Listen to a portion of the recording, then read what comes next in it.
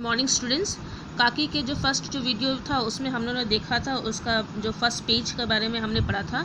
आज हम उसके सेकंड पेज से स्टार्ट कर रहे हैं कि अब तक हमने देखा कि शामू जो है देखता है कि उसकी माँ की मृत्यु हो गई है और बाद में उसको पता चलता है उसकी माँ की जो है उसकी माँ जो मामा के घर नहीं गई है बल्कि भगवान के पास चली गई है। तो इस कारण वो बहुत दुखी रहता है और प्रयत्न करता है कि किस तरह से मैं अपनी माँ को वापस अपने पास पा सकता हूँ। ठीक है, तो एक दिन क्या होता है कि वो मैंने बैठा रहता है आसमान की ओर देखता हुआ, तब उसे आसमान में एक पतंग दिखाई देता है और पता नहीं उसके दिमाग में कुछ आता है और तुरंत वो अपने पिताजी से आके बोलता है कि मुझे एक पतंग खरीद कर ला दो। उसके बाद जो स्टोरी हुई है वो यहाँ पर हम देख रहे हैं। ठीक है, पत्नी की मृत्यु के बाद विश्वेश्वर अनमनस्क रहा करते थे, मैंने जिसका मन कहीं नहीं लगता उसको।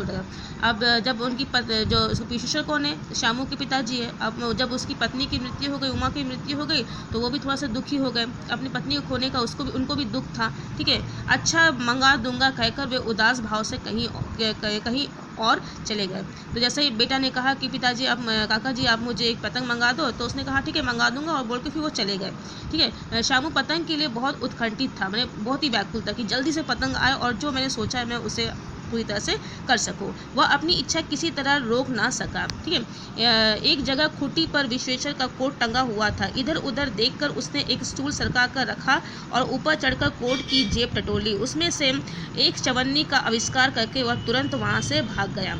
तो बहुत दिन तक वो प्रतीक्षा करता रहा कि पिताजी मुझे ला के देंगे। देखा कि बहुत दिन हो गए, पिताजी ने अभी तक मुझे पतंग ला के नहीं दिए, तो वो अपने आप को रोक नहीं रख सका। ठीक है, तो एक दिन क्या हुआ, वो उसके अपने पिताजी के कमरे में गया तो देखता है कि पिताजी का जो कोट है वो एक खूंटी से टंगा हुआ है, लेकिन खूंटी काफ़ी ऊपर थी, उसका हाथ वहाँ तक नहीं पहुँच पा रहा था। उसने क्या किया, कमरे में रखा हुआ एक स्टूल को उस खूंटी के पास रखाया, उसके ऊपर चढ़ा और पिताजी की जेब में हाथ डाली और जब जेब को टटोलने लगा तो उसे जो है वहाँ से एक चवन्नी मतलब 25 पैसे, ठीक है 25 पैसे उसे मिला। आविष्कार क्या मतलब उसको मिल गया वहाँ से। सुखिया दासी का लड़का भोला शामू का समवयस्क साथी था।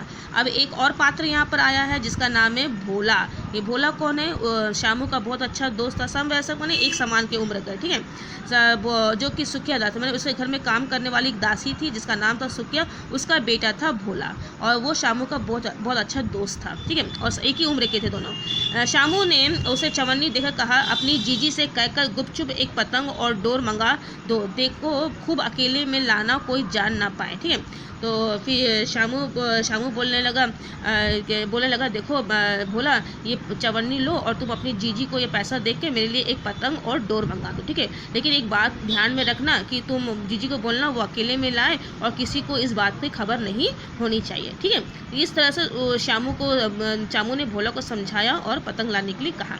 पतंग आई एक अंधेरे घर में, उसमें डोर बांधी जाने लगी। शामू ने धीरे से कहा, भोला किसी से ना कहो तो एक बात कहूँ। तो फिर उसकी दीदी ने चुपचाप से उसको पतंग ला के दे दिया और फिर भोला ने शामू को दिया। तो दोनों जो है एक अंधेरे घर में गए। ठीक, घर का एक कमरा था, स्टोर रूम था, वहाँ पर वो लोग गए डोर और वहाँ पर जो है पतंग में डोर बांधी जाने लगी। ठीक है, शामू ने उससे पूछा कि शामू ने भोला से कहा, भोला मैं तुमको कुछ बोलना चाहता हूँ। ठीक है, तो वो चाहता था कि मैं अपने बात को जो है अपने दोस्त के साथ में शेयर करूँ। तो बोला किसी से ना कहो, लेकिन तुमको एक शर्त माननी पड़ेगी, तुम मुझसे प्रॉमिस करो कि तुम इस बात को किसी और को नहीं बोलोगे। ठीक है, तो भोला ने सिर हिलाकर कहा, नहीं किसी से नहीं कहूँगा, तुम मुझे बोल सकते हो। बोले क्या बोलना चाहते हैं। शामू ने सिर हिलाकर कहा, मैं यह पतंग ऊपर राम के यहाँ भेजूँगा, इसे पकड़कर काकी नीचे उतरेगी। मैं लिखना नहीं जानता, नहीं तो इस पर उसका नाम लिख देता।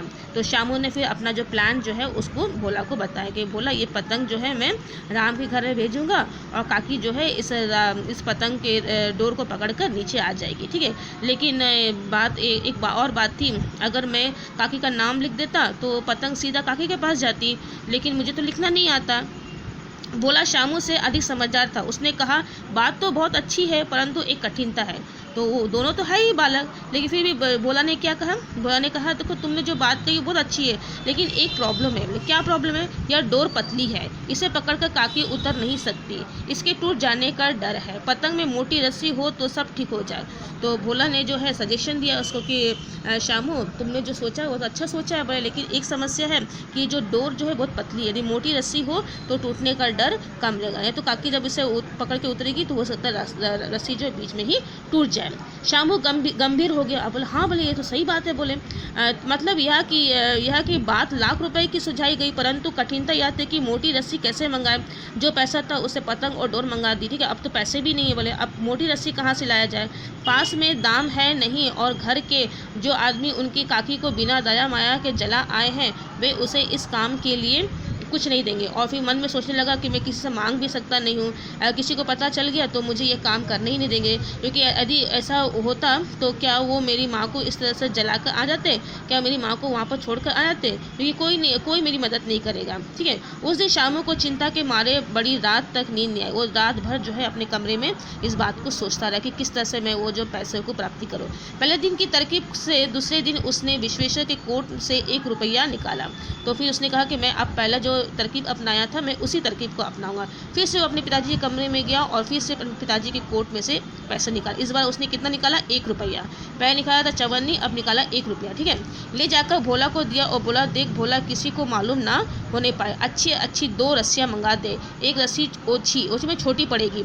जवाहर भैया से मैं कागज में एक काकी लिखवा दूंगा। जवाहर भैया मैंने कौन था, उसी घर में काम करने वाला एक नौकर, शाम जो भोला है उसका भाई है। ठीक है, तो बोले जवाहर भैया से मैं काकी का जो नाम जो है एक पेपर में लिखवा दूंगा और फिर हम उस पर चिपका देंगे पतंग पर। ठीक है, नाम की चिट रहेगी तो पतंग उन्हीं के पास पहुंच जाएगी। ये बात किसने कही, ये बात शामू ने भोला को कहा। ठीक है, 2 घंटे बाद प्रफुल्ल मन से शामू और भोला अंधेरी कोठरी में बैठे बैठे पतंग की में रस्सी बांध रहे थे। फिर पतंग आ गई, डोर भी आ गई। ठीक है, और वो दोनों जो है बैठ के जो है रस्सी बांध रहे थे। अकस्मात शुभ कार्य में विघ्न की तरह उग्र रूप धारण किए हुए विश्वेश्वर वहाँ आ गए। मतलब अकस्मात में अचानक, शुभ कार्य मतलब वही पतंग पर डोर बांध के जो भेजने का जो कार्य था उसको बोला गया शुभ कार्य। ठीक है, और उसमें विघ्न कौन आ गया, उसके पिताजी। तो उसके पिताजी वहाँ पर जो है बहुत क्रोधित रूप में जो है उस कमरे में आए, उस स्टोर रूम में आए जहाँ पर भोला और शामू जो है अंधेरी कोठरी में क्या कर रहे थे, पतंग में डोर बांध रहे थे।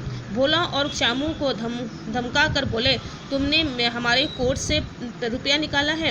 तो दोनों को डांटे और बोले कि शामू को बोलने लगा कि तुमने मेरे कोट से पैसा निकाला है। भोला सक पका कर एक ही डांट में मुखबिर हो गया। उसने सब कुछ सच बता दिया। जैसे ही उसने डांट सुनी, मुखबिर बने सब कुछ सच बता देना। ठीक है, वो सब कुछ बता दिया। बोला शामू भैया ने रस्सी और पतंग मंगाने के लिए निकाला था। विश्वेश्वर ने शामू को 2 तमाचे जड़ दिए। तो विश्वेश्वर को इतना गुस्सा आया कि उसने अपने बेटे शामू को 2 तमाचे मारे। चोरी सीख कर जेल जाएगा, और बोलने लगा कि यही सीख रहा है, बोले अभी से चोरी सीख रहा है, बोले और जेल जाएगा। अच्छा, तुझे आज अच्छी तरह समझाता हूँ। यह कहकर फिर तमाचे जड़े और कान मलने के बाद पतंग फाड़ दी। ठीक है, उसने फिर से और 2 तमाचे लगाए और साथ ही उसके पतंग भी फाड़ दी।